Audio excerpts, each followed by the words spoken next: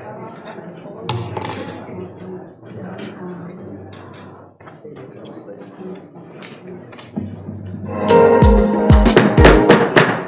afternoon and welcome to our October meeting, the last meeting of October.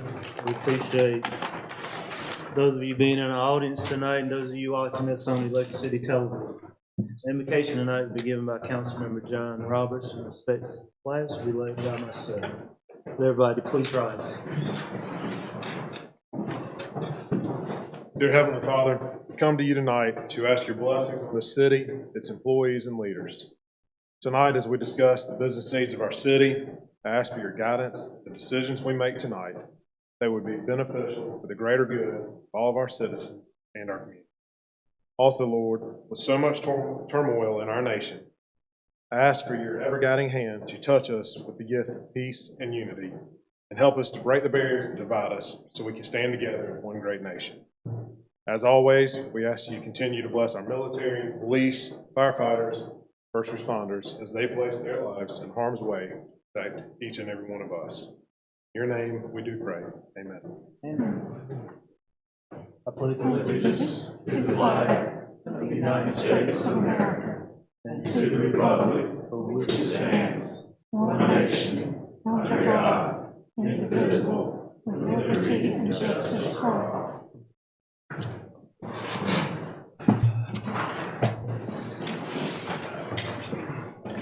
Tonight, before we get into the body of our meeting, we do have a special presentation, and I would ask Chief Stewart to come down and lead us in this portion of our meeting. Chief? Thank you, Mayor. I believe at the last meeting I said this was our last promotion for the year, but we had 2 retirements that occurred, which led to promotions within the PD. I appreciate getting to share this with you tonight. Tonight, first candidate is Sergeant Jonathan Dickerson. He started his career at the police department in 2014. He's a field training officer, collateral duty, and also a member of the the bike patrol team. He's also a certified firefighter and is involved with the Anderson County Fire Department, and he will be assigned to Charlie shift as patrol. Sergeant Dickerson, you have anybody here you'd like to recognize tonight? I have my wife and my 2 boys, John and Nathan. Thank you for being here. Sergeant Goolsby is our second candidate.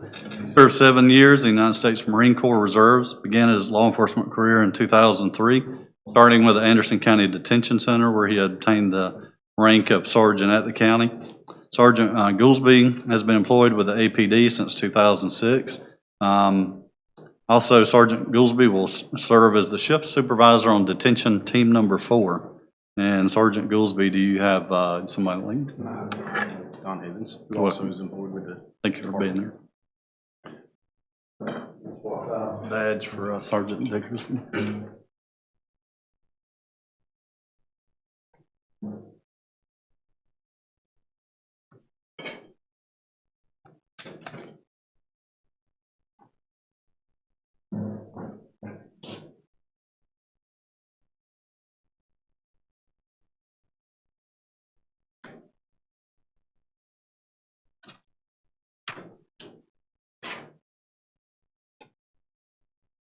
Okay, gentlemen, if you're ready to raise your hand, repeat after me for your oath.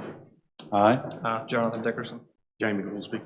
as a sergeant of the City of Anderson, As a sergeant of the City of Anderson. will equally, fairly, and impartially, Will equally, fairly, and impartially. to the best of my ability and skill, To the best of my ability and skill. exercise the trust reposed in me, Exercise the trust imposed in me. and will use my best endeavor And will And use my best endeavors. endeavors preserve the peace To preserve the peace. and carry into effect, And to carry into faith. according to law, According to law. the purpose for which I've been elected. The purpose for which I've been elected. So help me God. So So help me God. Congratulations.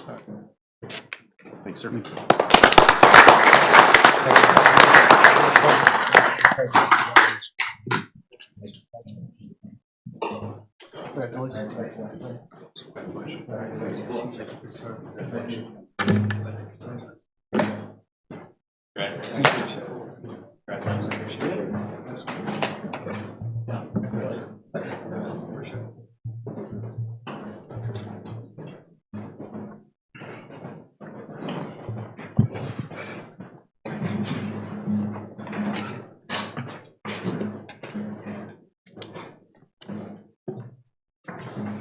The minutes of our October 14th meeting have been distributed. Are there any corrections or additions to the minutes?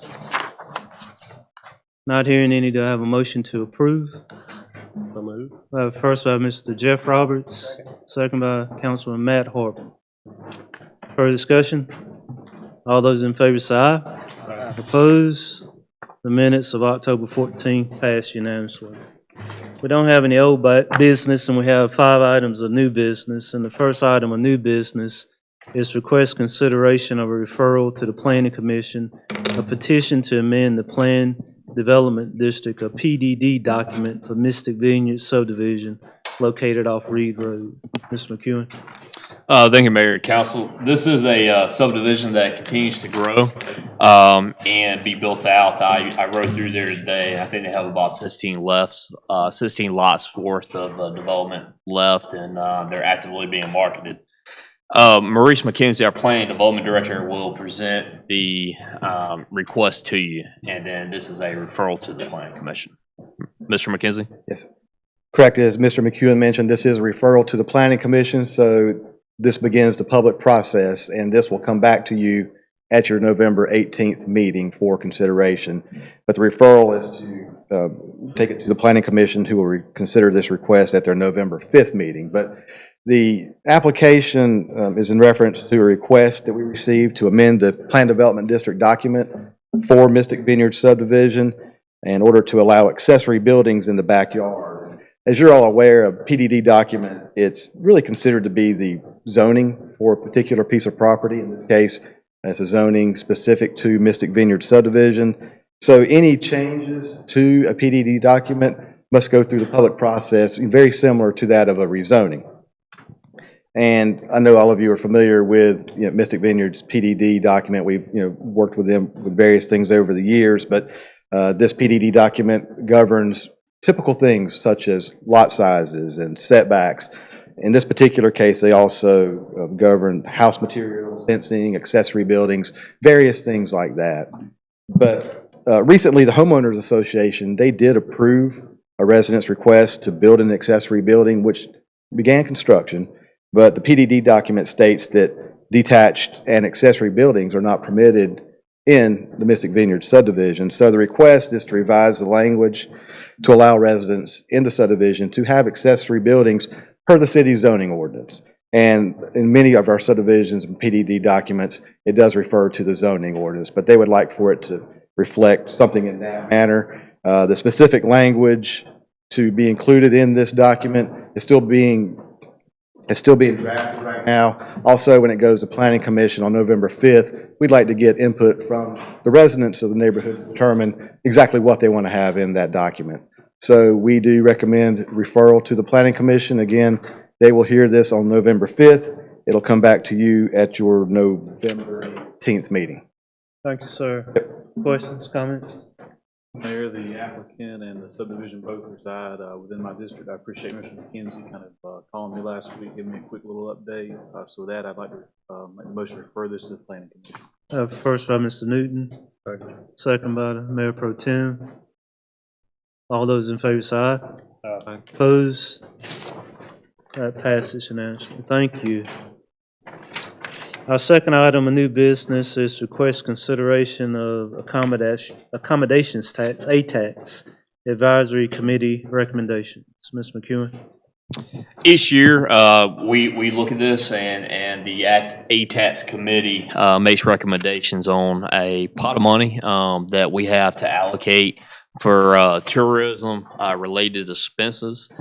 And the pots continue to grow as we have a growing economy, and particularly as we have a hotel being developed in the city, we will see additional revenue come our way as that business opens up in the near future. And so we're fortunate to be in this position, and fortunate to have the ability to allocate this year $171,787 to 29 applicants that applied for the money.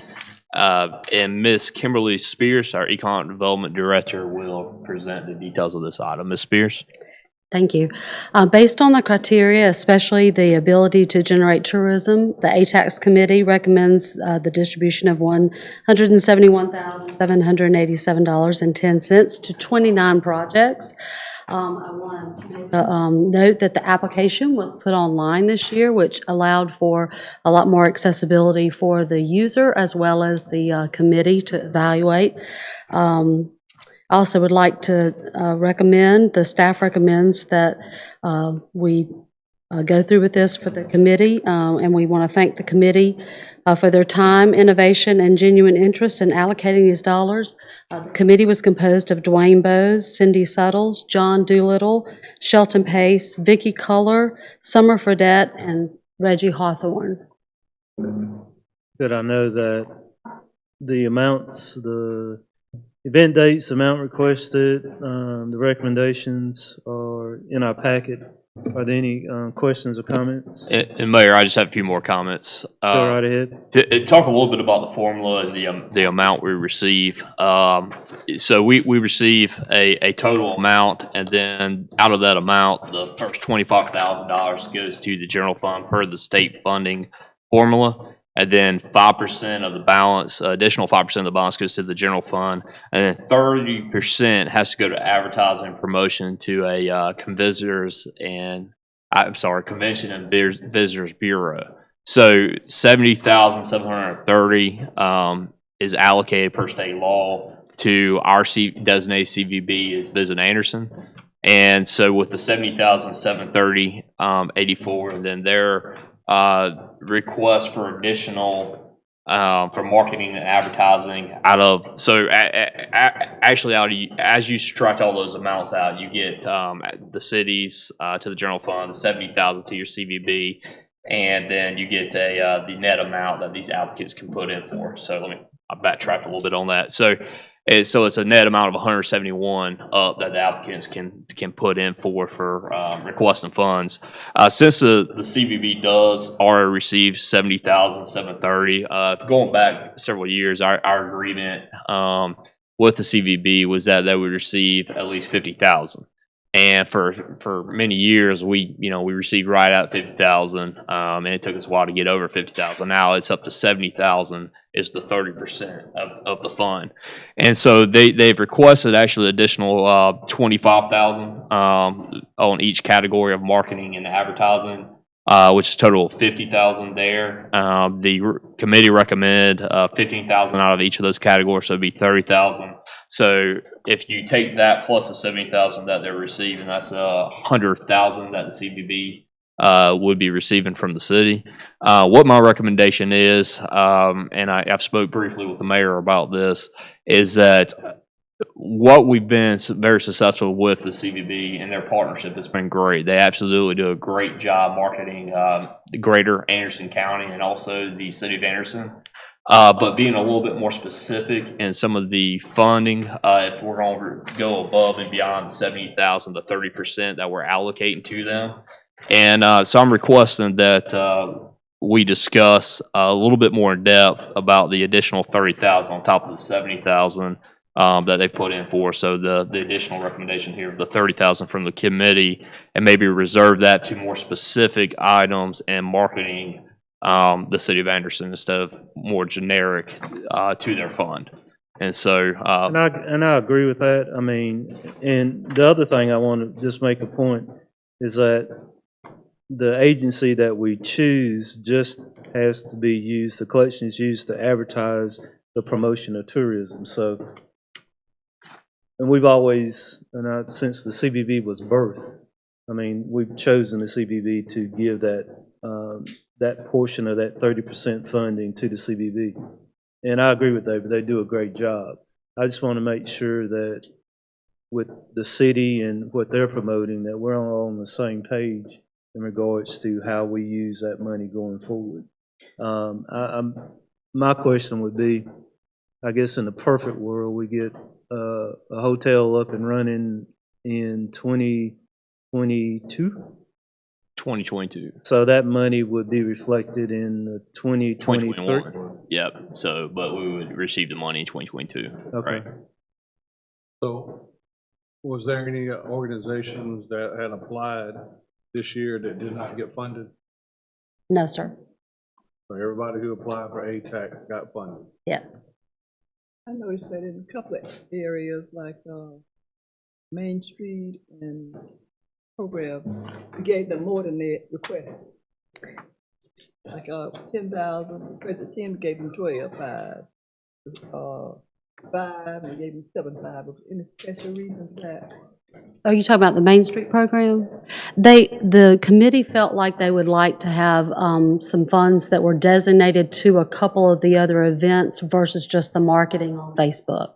So there were several applications from that one organization for several different events, and the committee felt like they would like to see more allocated to a couple of those major events versus just the amount that they were getting for the marketing overall.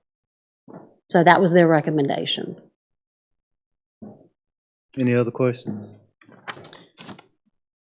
And to recap my comments of the 30,000 that's recommended here in addition to the 70,000 for the CVB, I'm saying at this time we just put a hold on that, and so we can have additional conversation with them about the specific purpose that it's going to be used for, and so that's in alignment with our city goals of marketing and attraction. And the additional 30,000 will be just marketing what's happening in the city and nowhere else.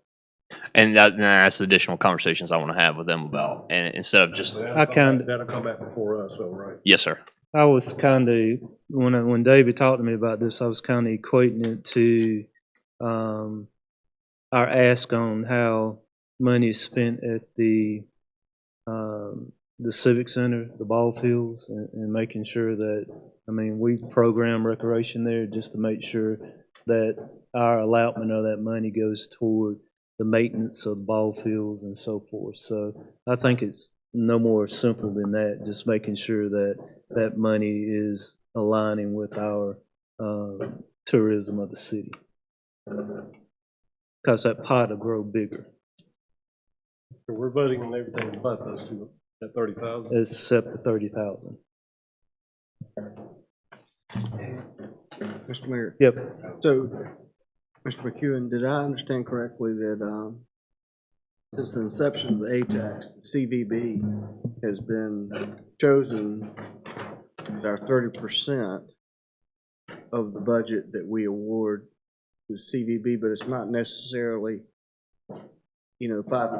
next year we could pick some other agency that, I mean, I don't know of one now, but if one comes into existence, we could fund with that 30%. Is that correct? That's correct. So actually, it was Innovate Anderson that created the CVB. And just recently, about 2 years ago, it was spun off as its own entity because it was growing and it was doing really well. It was just time for them to come themselves visit Anderson, and they've been successful in that. But in the years before they actually were spun off, the money was going to Innovate Anderson. Then within the Innovate Anderson budget, it was earmarked towards those functions, which created Visit Anderson. So yes, to answer your question, it could go to the same type of marketing and promotion to another entity as well. Like in Myrtle Beach, for example, it goes to the Myrtle Beach Chamber of Commerce. That would be the most logical organization, probably would be a Chamber of Commerce, if we decided to not do that. With that, Mayor, I'd like to make a motion that we approve the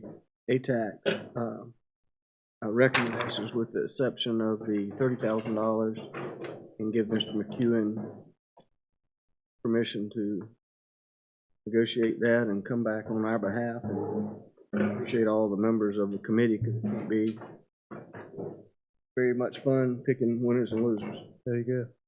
We have first by Mr. Harvin, second by Dr. Thompson. Further discussion?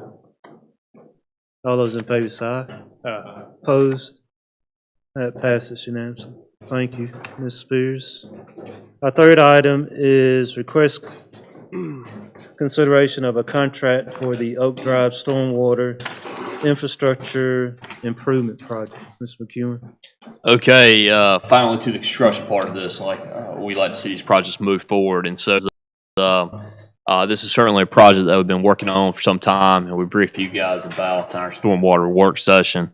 And this is located at Oak Drive between James Street and Oak Drive as well. And give you, this is a construction contract before you for your recommendation tonight. And Mr. Adam Cromer, our stormwater manager, will present this item. Mr. Cromer. Thank you, Mr. McEwen.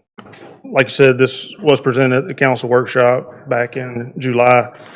This project area, the drainage basin, is approximately 85 acres in this area. It's commercial and residential mixed, and it's between Oak Drive and James Street, section of stream bank we're talking about.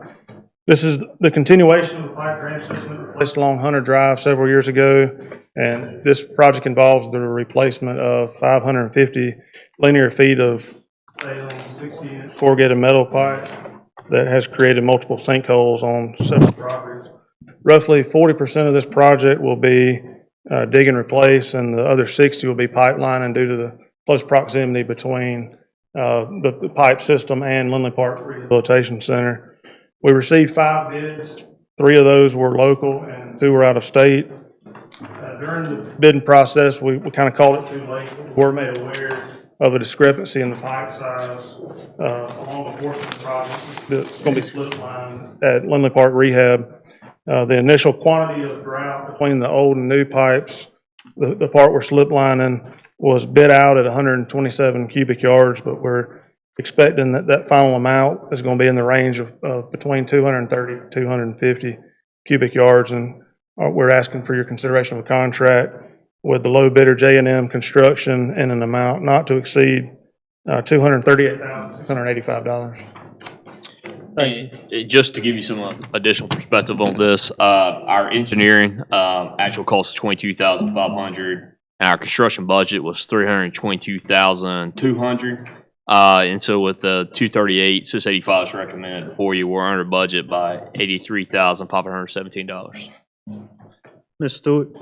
Do we have any history with J&M Construction? We do. They completed several water line projects for us. We did check references, and they listed some in their bid, but they have completed several for electricity utilities. Have they did projects this size before? I know we've got in, on the reclamation side, looking at some guys that could do concrete, and then when they came to it, they couldn't do a job the size that we awarded them. So I just want to make sure that this company has done jobs to this magnitude and they're capable of doing it. They have. A lot of their projects are linear. They do a lot of utility work, and their references checked out. They have completed similar work. Including Mr. Cromer, Mr. Caldwell of the Utilities Department has used them quite frequently. Is that correct? Yeah, and we had talked to him, and he was satisfied with their work.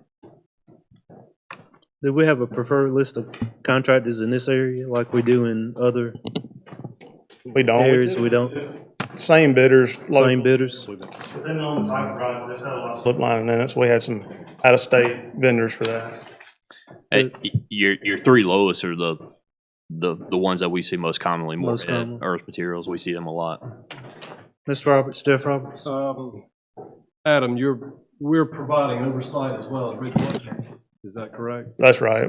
Yeah, we'll be on site every day. We'll pretty much call Ridgewater if and as we need them. We do have money built in that. I think we've only spent about $11,000 with them to date out of that 22.5. So Are you we don't end. are you good with the plans that were submitted? They're good, comprehensive. They are typical of other projects we've done that were similar. All right, with that, I'd like to move that we accept J&M's bid of 207. Well, it's It'd be $238,685. 238,685. First by Mr. Jeff Roberts, second by Mr. John Roberts. And that's the difference between the 207 is listed and then the 238. That's that additional grout that we kind of caught last minute. We're anticipating what we would do. We would sign a contract with J&M for the 207, but if y'all would approve that 238, that would give us the wiggle room we think we're going to need for the grout. So that would be a unit price. So as they use it, we would eat into that money, but wouldn't necessarily spend all of it. Same company. Yes, So everybody bidded on what they could see, and then we didn't see this, right? right. And Dr. Thompson, that's just the fill material between the old pipe and the new pipe that's inserted within the old pipe. So it's just filling in that gap. Good. That's still a lower speed. Mm-hmm. Anything else, guys? All those in favor say aye. Aye. Opposed? Thank you. Thank you. Appreciate it. Our fourth item of new business is request consideration to purchase vehicles for the police department. Mr. McEwen? All right, this item before you is for two state contracted Dodge Chargers and a Dodge Durango for the Special Operations Division, and it's to be funded out of the DEA e-share account. And that account really is just as those funds accumulate, and then we bring it before you for request. So Chief Jim Stewart's here to talk about some of the details of that request, along with the next item as well. Chief. Yes, sir, Mr. McEwen. So we do have funding available through our Drug Enforcement Administration Task Force, where we still have an officer embedded full-time on that unit. We are fortunate enough to have that funding right now and need to replace some of the aging vehicles within special operations that consist of narcotics, warrants, training, and also our street crimes unit. Simply, fact is, we can put some vehicles in there and move some other vehicles around at this time, and just request that approval to purchase the vehicles. Thank you, Chief. And this Go ahead, David. above and beyond what you guys budgeted for the year for police vehicle replacement. So this is some extra money that's available through that task force unit, and therefore it's going to these vehicles actually being assigned to the task force unit. And that's really what that money's earmarked for, is to turn it around and be used towards proactive law enforcement. And so this is above and beyond your normal budget. Is there a time frame in regards to spending the money? I mean, No, sir. There's no. Okay. I would just say that the DEA, they do not like us to accumulate that money. Right. It's not a savings account, so they push us to spend that. Any other questions? Any vehicles coming offline? Currently, we have vehicles offline right now at this moment that they will take the place. We have two vehicles, transmission issues, so we have parked those And these will be take-home vehicles, I guess, for our officers. vehicles. Yes, sir. So currently, these officers don't have any vehicles to take home. Is that what you're saying? What we would do, these vehicles, most all vehicles within special operations are unmarked. We do have some street crimes unit officers that are in marked vehicles, and we can move those back to patrol and help out patrol with some marked cars. Any other questions? Mayor, I'd like to make a motion to approve this. First by Mr. Corbin, Second. second by Dr. Thompson. Further discussion? All those in favor say aye. Opposed? That passes unanimously. Our next item is request consideration to purchase camera and recording systems for the detention center. Chief, you're still up. Go ahead. Go ahead, Chief. Yes, sir. This is money that is going to be used from our inmate commissary funding, first and foremost. Our current camera system that we have, and this is in our older jail, as far as the city jail, we need to have those analog cameras and DVD recording system replaced. It's just aged out. It's been there since 2006. There are currently 26 cameras in there. This will replace those 26 cameras with digital cameras and also add an additional 14 cameras. And this will also go as far as helping us meet the Prison Rape Elimination Act. We'll be putting additional cameras in dark areas. We'll put cameras in holding areas and camera in the elevator. Basically, this is sole source as we're presenting it from Georgia Detention. If you remember, we replaced the cameras in the federal jail a couple of years ago. Those have worked very well, and Georgia Detention is here tonight as well if you have specific questions. This is not an added cost for a service contract. They will add these additional cameras in the city jail, and it'll be the same price as a service contract for maintenance on the cameras within the jail. Thank you, sir. Questions, comments? And I guess our IT staff with Mr. Cunningham, he's looked at the specs, making sure everything is compatible with what the city has here. For this will also be compatible with the intercom system that you just recently purchased for us within the last year. So all this equipment will work together. And we're very well pleased with Georgia Detention. They have a really good reputation. They were formerly known as Graco, and you might be familiar with that with our contracts in the past. Changed the name, but we're very familiar with this company, and they provide us excellent service. So basically, we have the same systems on both sides of the equation now? Yes, sir. Yep. Any other questions, comments? Make a motion that we approve the contract to Georgia Detention in the amount of $1,138.59. We have a first by the Mayor Pro Tem, second by Mr. Harvey. Any further discussion? All those in favor say aye. Opposed? Thank you, Chief. Mr. McEwen, administrative briefing. Yes, sir. In your packet, you'll find the City of Anderson financial indicators for the last 3 months in the fiscal year, the last 3 months ending September 2019. It gives you an indication of where we are as far as revenue and activity, and you can review that on your own. That's some good information and good indicators of where the city's positioned as of currently. Looking at your November I calendar. would like to say thank you, Margot. I like the graphics and the indicators. It was real easy to read. Thank you. Go ahead. On your November calendar, quickly moving into November, we do our regular council meeting was scheduled on November the 11th, and we are closed for Veterans Day, in observation of Veterans Day. And so we have sent an email to you guys and recommend rescheduling to the next Monday and having one council meeting in November. So it would be for November the 18th, council meeting at 6 p.m.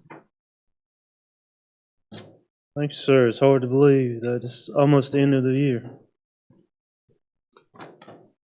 I guess the other thing, holiday, ICE is opening up November the 15th. Is that right? Soon, yes. Wow. Okay, a lot of good stuff going on. I would entertain a motion to adjourn.